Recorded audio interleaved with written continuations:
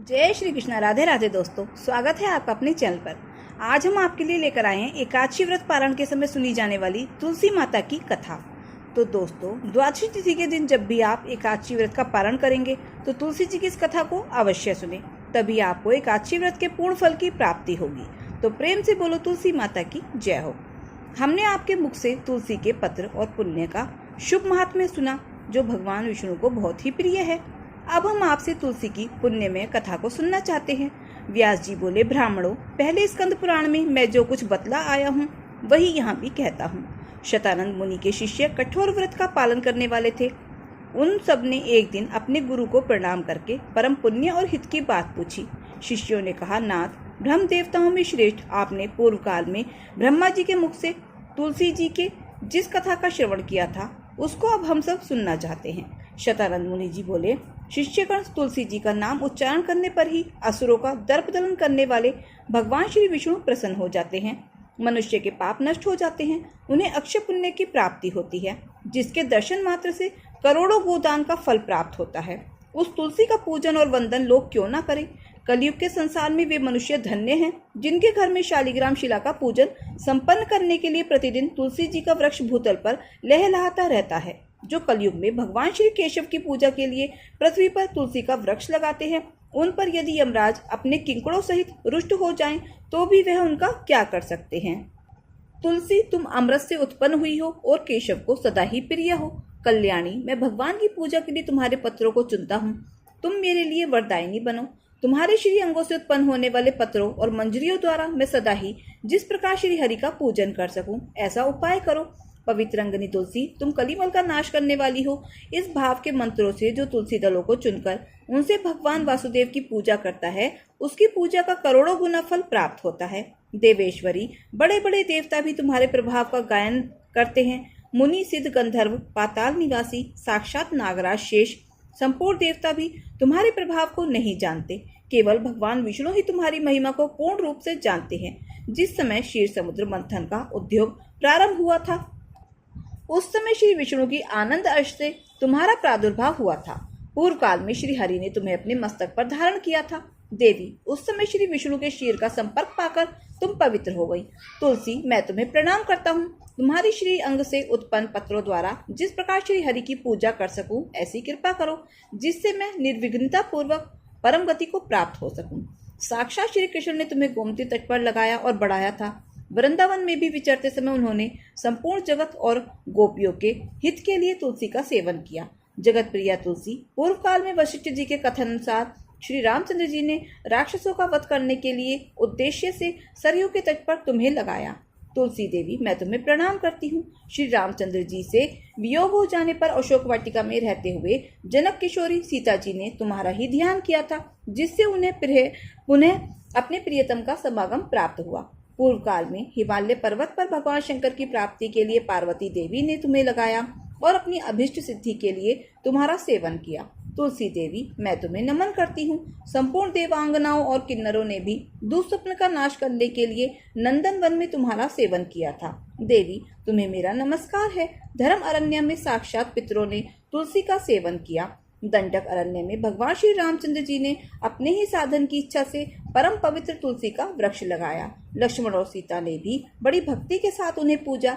जिस प्रकार शास्त्रों में गंगा जी को त्रिभुवन व्यापिनी कहा गया है, उसी प्रकार तुलसी देवी भी संपूर्ण चराचर जगत में दृष्टिगोचर होती हैं। तुलसी को ग्रहण करके मनुष्य पापों से मुक्त हो जाता है। और तो और मुनीश्वरों, तुलसी के सेवन से ब्रह्म हत्या भी दूर हो जाती है। तुलसी के पत्ते से टपकता हुआ जल जो अपने सिर पर धारण करता है, उसे गंगा स्नान और 10 गोदान का फल प्राप्त होता है। देवी, मुझ पर प्रसन्न हो। देवेश्वरी, हरिप्रिया, मुझ पर प्रसन्न हो।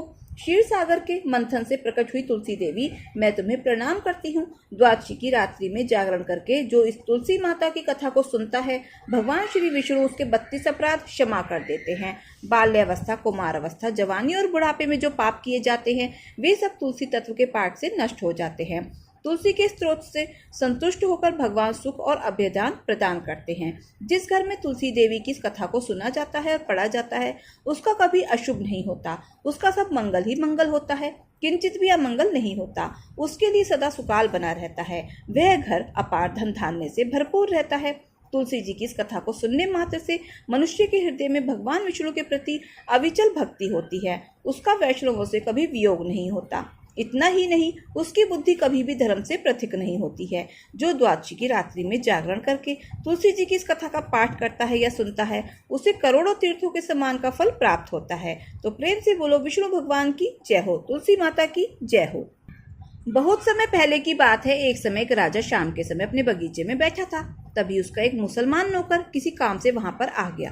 राजा की दृष्टि उसके गले में पड़ी हुई तुलसी की माला पर पड़ी। राजा ने चकित होकर पूछा, क्या बात है, क्या तुम हिंदू बन गए हो?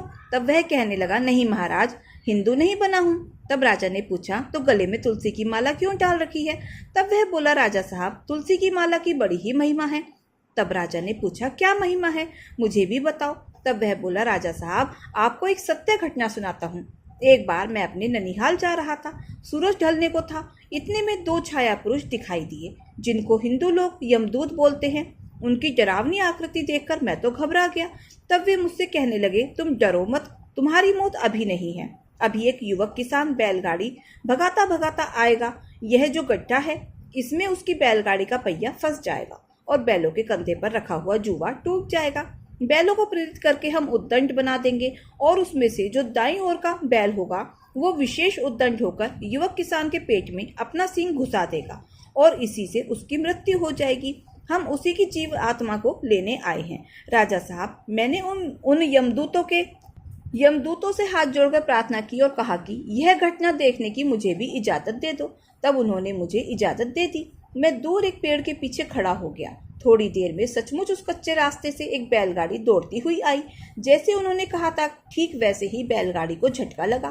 बैल उत्तेजित हुए और एक युवक किसान उन पर नियंत्रण पाने में असफल हो गया। बैल धक्का मारते मारते उसे दूर ले गए और बुरी तरह से उसके पेट में अपने सींग घुसा दिए और वह मर गया। तब राजा ने पूछा, आगे क्या हुआ? तब वह कहने लगा कि महाराज, लड़के की मौत के बाद मैं पेड़ की ओट से बाहर आया और दूतों से पूछा कि इसकी जीवात्मा कहाँ है और कैसी है। तब दूत कहने लगे कि इसकी जीवात्मा हमारे हाथ में नहीं आई।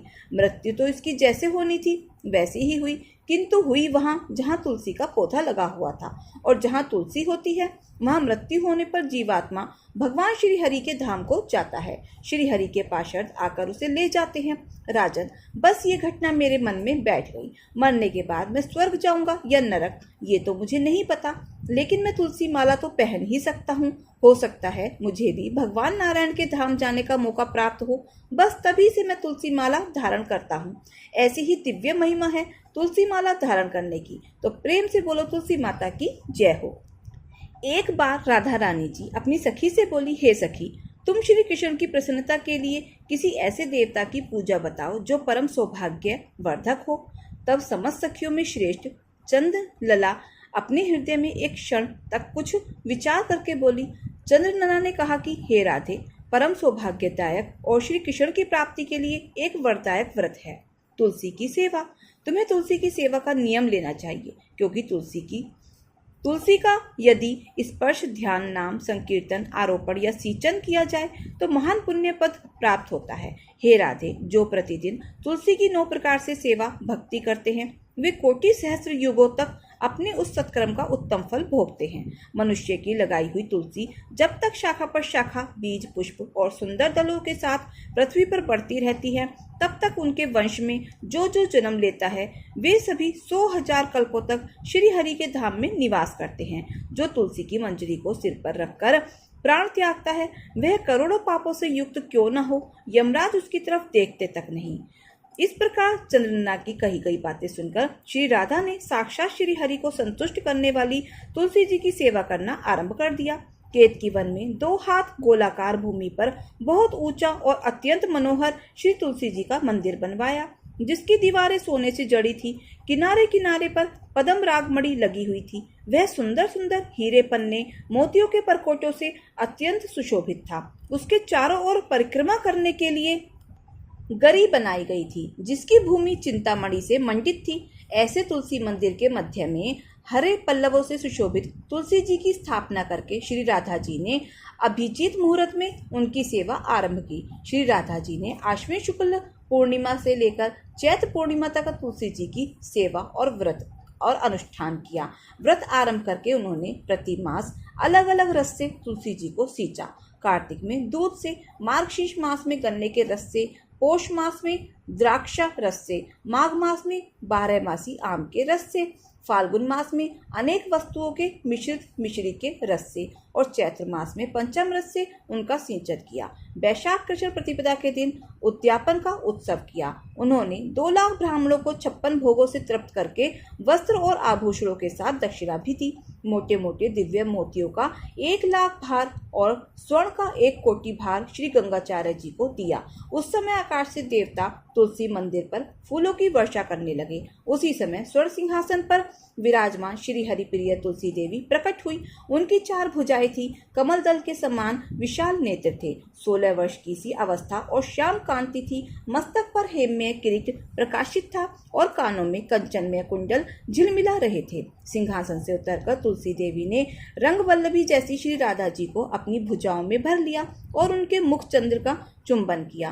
तुलसी देवी बोली, हे राधे, मैं तो तुम्हारी भक्ति से प्रसन्न हूँ। यहाँ इंद्रिय, मन, बुद्धि और चित्त के द्वारा जो जो मनोरथ तुमने किया है वह सब तुम्हारे सम्मुख सफल हो। इस प्रकार श्री हरिप्रिय तुलसी जी को प्रणाम करके वृषभानु नंदिनी श्री राधा देवी कहती हैं, हे देवी, गोविंद के युगल चरणों में मेरी भक्ति बनी रहे। तब तथास्तु कहकर श्री हरिप्रिय तुलसी जी अंतर्ध्यान हो जाती हैं। इस पृथ्वी पर जो मनुष्य श्री राधा रानी और श्री तुलसी जी का यह विचित्र उपाख्यान पढ़ता है या सुनता है वह भगवान की श्रेष्ठ भक्ति को प्राप्त करता है, भगवान की कृपा प्राप्त करता है और उसकी सभी मनोकामनाएं भगवान की कृपा से पूर्ण हो जाती हैं। तो प्रेम से बोलो, श्री तुलसी माता की जय हो, राधा रानी की जय हो, तुलसी माता की जय हो। इस कथा को सुनने से ही एकादशी का व्रत पूर्ण माना जाता है। प्राचीन समय की बात है, एक परिवार में ननद और भाभी साथ साथ रहा करती थी। ननद का विवाह अभी नहीं हुआ था। वह तुलसी जी के पौधे की बहुत सेवा करती थी, नियम से तुलसी को सींचती और दीपक जलाती थी। लेकिन उसकी भाभी को यह सारी बातें बिल्कुल भी पसंद नहीं थी। जब कभी उसकी भाभी को बहुत ज्यादा गुस्सा आता तब वह अपनी ननद को ताना देते हुए कहती कि जब तुम्हारा विवाह होगा तो मैं इस तुलसी को ही बारातियों को खाने को दे दूंगी और तुम्हारे दहेज में भी तुलसी ही दूंगी। तुम जब देखो तुलसी की ही सेवा करती रहती हो। कुछ समय बीत जाने पर ननद का विवाह तय हो जाता है। विवाह के दिन भाभी ने अपने कहे अनुसार बारातियों के सामने तुलसी का वह गमला फोड़ दिया जिसकी सेवा उसकी ननद किया करती थी और तुलसी के पत्ते खाने के लिए कहा। तुलसी जी की कृपा से वह फूटा हुआ गमला कई सारे स्वादिष्ट पकवानों में बदल गया। भाभी ने गहनों के नाम पर तुलसी की मंजरी से बने हुए गहने अपनी ननद को पहना दिए। देखते ही देखते तुलसी जी की मंजरी से बने वह गहने भी सुंदर सोने जवाहरात में बदल गए। इतना ही नहीं, भाभी ने मारे क्रोध के वस्त्रों के स्थान पर तुलसी का जनेऊ रख दिया और वह भी सुंदर रेशमी वस्त्रों में बदल गए। अब जब ननद अपनी ससुराल में पहुंची तो ससुराल में तो उसके दहेज की बहुत प्रशंसा हुई। यह बात भाभी के कानों तक भी पहुंची तो उसे बहुत ही आश्चर्य हुआ।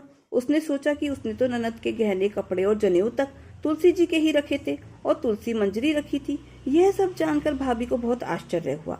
अब उसे तुलसी की पूजा का महत्व समझ में आ गया था। उस भाभी की भी एक बेटी थी। तब वह अपनी बेटी से कहने लगी कि बेटी, तुम भी तुलसी की सेवा किया करो, तुम्हें भी तुम्हारी बुआ की तरह फल मिलेगा। वह जबरदस्ती अपनी बेटी से तुलसी जी की सेवा करने को कहा करती, लेकिन बेटी का मन तो तुलसी जी की सेवा में लगता ही नहीं था। धीरे धीरे समय बीता, भाभी की लड़की बड़ी हो गई। अब उसके विवाह का भी समय आ गया। तब भाभी सोचने लगी कि जैसा व्यवहार मैंने अपनी ननद के साथ किया था वैसे ही अब मैं अपनी बेटी के साथ भी करूंगी, तो यह भी गहनों से लद जाएगी और बारातियों को भी खाने के लिए तरह तरह के पकवान मिलेंगे और ससुराल में इसका बहुत मान सम्मान मिलेगा इसे भी। यही सोचकर भाभी बारातियों के सामने तुलसी का गमला फोड़ देती है, लेकिन इस बार गमले की मिट्टी मिट्टी ही रहती है। मंजरी और पत्ते भी अपने ही रूप में ही रहते हैं। जनेऊ ने भी अपना रूप नहीं बदला। और जब भाभी ने सभी बारातियों को थाली में तुलसी के पत्ते दिए तो यह देखकर सभी लोग और बाराती भी भाभी की बुराई करने लगे। भाभी ने लालच में आकर अपनी बेटी के दहेज में भी तुलसी के पत्ते और मंजरी आदि रख दिए थे। जब बेटी अपनी ससुराल पहुंची तो वहां पर भी उसकी बुराई बहुत हुई। भाभी गुस्से के मारे कभी भी अपनी ननद को नहीं बुलाती थी। एक दिन भाई ने सोचा कि मेरी पत्नी तो मेरी बहन को बुलाती नहीं है, क्यों ना मैं ही अपनी बहन से मिलकर आ जाऊं। यह सोचकर उसने अपनी पत्नी से कहा और कुछ उपहार अपनी बहन के लिए ले जाने की बात कही। तो भाभी ने थैले में ज्वार भरकर कह दिया कि यह लो, और कुछ नहीं है, तुम यही लेकर जाओ। तब भाई बहुत दुखी मन से अपनी बहन के पास चल दिया। रास्ते में वह सोचता रहा कि कोई भला अपनी बहन के घर ज्वार कैसे लेकर जा सकता है। यही सोचकर वह एक गौशाला के पास जाकर रुक गया और ज्वार का वह थैला उसने एक गाय के सामने पलट दिया। तभी एक ग्वाले ने यह सब देख लिया। तब ग्वाले ने आकर भाई से कहा, अरे भाई, आप गाय के सामने यह हीरे मोती और सोना क्यों डाल रहे हो?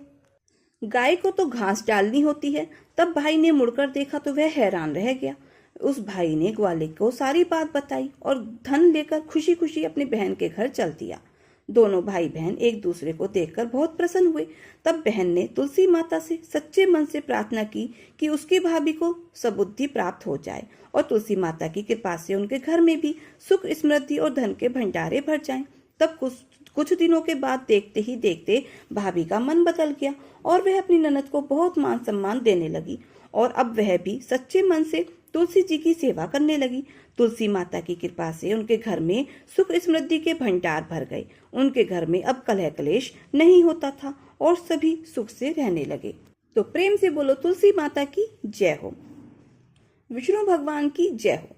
कन्नौज में एक ब्राह्मण रहता था। उसका नाम अजामिल था। वह अजामिल बड़ा शास्त्रज्ञ था। शील, सदाचार और सद्गुणों का तो यह खजाना ही था। ब्रह्मचारी, विनयी, जितेंद्रिय, सत्यनिष्ठ, मंत्रवेत्ता और पवित्र भी था। इसने गुरु, संत, महात्माओं सबकी सेवा की थी। एक बार अपने पिता के आदेशानुसार वन में गया और वहां से फल फूल, समीधा तथा कुश लेकर घर के लिए लौटा। लौटते समय इसने देखा कि एक व्यक्ति मदिरा पीकर किसी वैश्य के साथ विहार कर रहा है। वैश्य भी शराब पीकर मतवाली हो रही है। अजामिल ने पाप किया नहीं, केवल आंखों से देखा और काम के वश हो गया। अजामिल ने अपने मन को रोकने की बहुत कोशिश की, लेकिन नाकाम रहा। अब यह मन ही मन उसी वैश्य का चिंतन करने लगा और अपने धर्म से विमुख हो गया। अजामिल सुंदर सुंदर वस्त्र, आभूषण आदि वस्तुएं जिनसे वह प्रसन्न होती ले आता। यहाँ तक कि इसने अपने पिता की सारी संपत्ति देकर भी उसी कुलटा को रिझाया। यह ब्राह्मण उसी प्रकार की चेष्टा करता जिससे वह वैश्य प्रसन्न हो। इस वैश्य के चक्कर में इसने अपने कुलीन नवयुवती और विवाहिता पत्नी तक का परित्याग कर दिया और उस वैश्य के साथ रहने लगा। इसने बहुत दिनों तक वैश्य के मल समान अपवित्र अन्न से अपना जीवन व्यतीत किया और अपना सारा जीवन ही पापमय कर लिया। यह कुबुद्धि न्याय से, अन्याय से, जैसे भी जहाँ कहीं भी धन मिलता वहीं से उठा लेता और उस वैश्य के बड़े कुटुंब का पालन करने में ही व्यस्त रहता। चोरी से, जुए से और धोखाधड़ी से अपने परिवार का पेट पालता था। एक बार कुछ संत इसके गांव में आए। गांव के बाहर संतों ने कुछ लोगों से पूछा कि भैया, किसी ब्राह्मण का घर बताइए, हमें वहां पर रात गुजारनी है। इन लोगों ने संतों के साथ मजाक किया और कहा, संतों, हमारे गांव में तो एक ही श्रेष्ठ ब्राह्मण है जिसका नाम है अजामिल, और इतना बड़ा भगवान का भक्त है कि गांव के अंदर नहीं रहता, गांव के बाहर ही रहता है। अब संत जन अजामिल के घर पहुंचे और दरवाजा खटखटाया। भक्त अजामिल, दरवाजा खोलो। जैसे ही अजामिल ने दरवाजा खोला तो संतों के दर्शन करने से ही मानो आज अपने पुराने अच्छे कर्म उसे याद आ गए। संतों ने कहा कि भैया, रात बहुत हो गई है, आप हमारे लिए भोजन और सोने का प्रबंध कीजिए। अजामिल ने सुंदर भोजन तैयार करवाया और संतों को करवाया। जब अजामिल ने संतों के सोने के लिए कहा तो संत कहते हैं, भैया, हम प्रतिदिन सोने से पहले कीर्तन करते हैं, यदि आपको समस्या न हो तो हम कीर्तन कर लें। अजामिल ने कहा, आप ही का घर है महाराज, जो दिल में आए सो करो। संतों ने सुंदर कीर्तन प्रारंभ किया और उस कीर्तन में अजामिल बैठा। सारी रात कीर्तन चला और अजामिल की आंखों में खूब आंसू मिले, मानो आज आंखों से आंसू नहीं, पाप धुल गए थे। सारी रात भगवान का नाम लिया। जब सुबह हुई, संत जन चलने लगे तो अजामिल ने कहा, महात्माओं, मुझे क्षमा कर दीजिए, मैं कोई भक्त वक्त नहीं हूँ, मैं तो एक महापापी हूँ। मैं वैश्य के साथ रहता हूँ और मुझे गांव से बाहर निकाल दिया गया है। केवल आपकी सेवा के लिए मैंने आपको भोजन करवाया, नहीं तो मुझसे बड़ा कोई पापी नहीं है। संतों ने कहा, अरे अजामिल, तूने ये बात हमें कल क्यों नहीं बताई? हम तेरे घर में रुकते ही नहीं। अब तूने हमें आश्रय दिया है तो चिंता मत कर। ये बता, तेरे घर में कितने बालक हैं? अजामिल ने बता दिया कि महाराज 9 बच्चे हैं और अभी ये गर्भवती है। संतों ने कहा कि इस बार जो तेरे संतान होगी वो तेरे पुत्र होगा और तू उसका नाम नारायण रखना। जा, तेरा कल्याण हो जाएगा। संत जन आशीर्वाद देकर चले गए। समय बीता, उसके पुत्र हुआ, नाम रखा नारायण। अजामिल अपने पुत्र नारायण में बहुत आसक्त था। अजामिल ने अपना संपूर्ण हृदय अपने बच्चे नारायण को सौंप दिया था। हर समय अजामिल कहता था, नारायण भोजन कर लो, नारायण पानी पी लो, नारायण तुम्हारा खेलने का समय है, तुम खेल लो। हर समय नारायण नारायण करता रहता था। इस तरह 88 वर्ष बीत गए। वह अतिशय मूढ़ हो गया था। उसे इस बात का पता ही न चला कि मृत्यु मेरे सिर पर आ पहुंची है। अब वह अपने पुत्र बालक नारायण के संबंध में ही सोचने विचारने लगा। इतने में ही अजामिल ने देखा कि उसे ले जाने के लिए यमराज के दूत आए हैं और वह नारायण नारायण पुकारने लगा। भगवान के पार्षदों ने देखा कि यह मरते समय हमारे स्वामी भगवान नारायण का नाम ले रहा है, उनके नाम का कीर्तन कर रहा है। अतः वे बड़े विवेक से झटपट वहां आ पहुंचे। उस समय यमराज के दूत दासीपति अजामिल के शरीर में से उसके सूक्ष्म शरीर को खींच रहे थे। भगवान विष्णु के दूतों ने बलपूर्वक रोक दिया। उनके रोकने पर यमराज के दूतों ने उनसे कहा, अरे धर्मराज की आज्ञा का निषेध करने वाले तुम लोग कौन हो? तुम किसके दूत हो? कहाँ से आए हो और इसे ले जाने से हमें क्यों रोक रहे हो? जब यमदूतों ने इस प्रकार कहा तब भगवान नारायण के आज्ञाकारी पार्षदों ने हंसकर कहा, यमदूतों, यदि तुम लोग सचमुच धर्मराज के आज्ञाकारी हो तो हमें धर्म का लक्षण और धर्म का तत्व सुनाओ। दंड का पात्र कौन है? यमदूतों ने कहा, वेदों ने जिन कर्मों का विधान किया है वे धर्म है और जिनका निषेध किया है वे अधर्म है। वेद स्वयं भगवान के स्वरूप हैं। वे उनके स्वाभाविक श्वास प्रश्वास एवं स्वयं प्रकाश ज्ञान है, ऐसा हमने सुना है। पाप कर्म करने वाले सभी मनुष्य अपने अपने कर्मों के अनुसार दंडनीय होते हैं।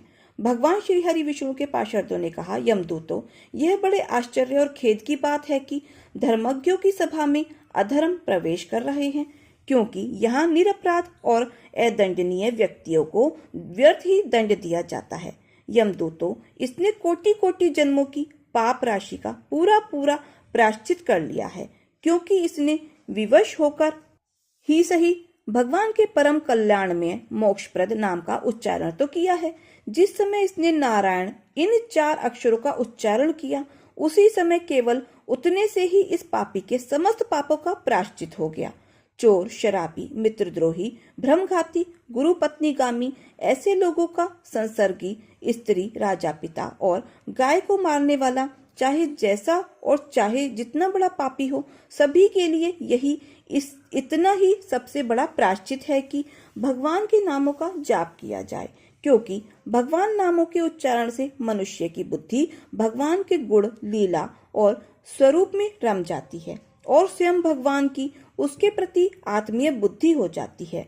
तुम लोग अजामिल को मत ले जाओ, इसने सारे पापों का प्रायश्चित कर लिया है, क्योंकि इसने मरते समय भगवान के नामों का उच्चारण किया है।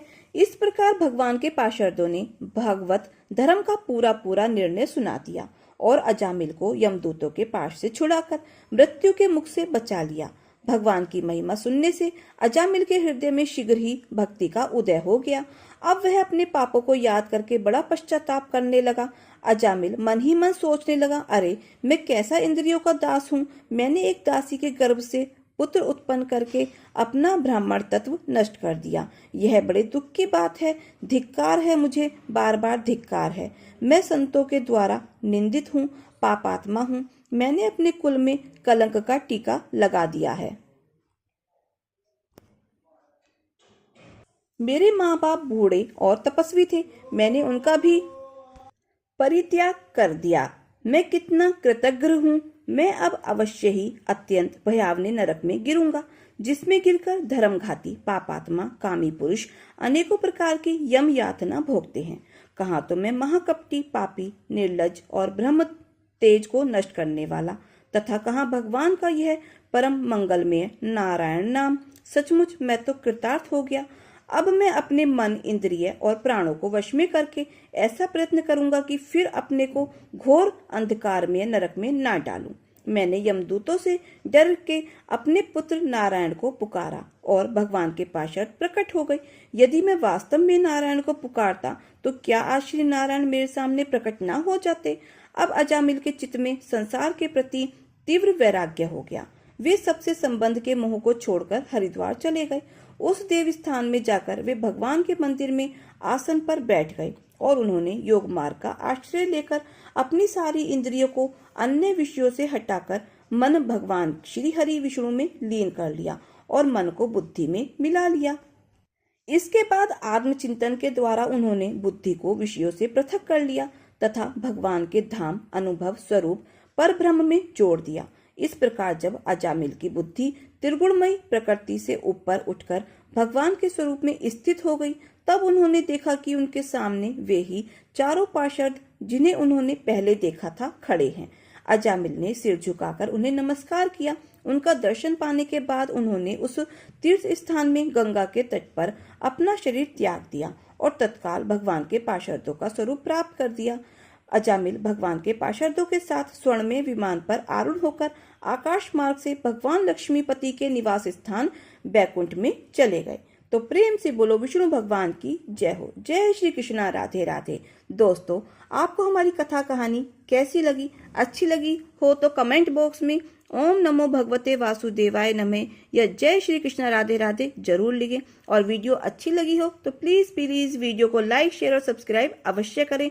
अपना प्यार और सहयोग दें। मिलते हैं फिर ऐसे ही नई कथा कहानियों के साथ। धन्यवाद।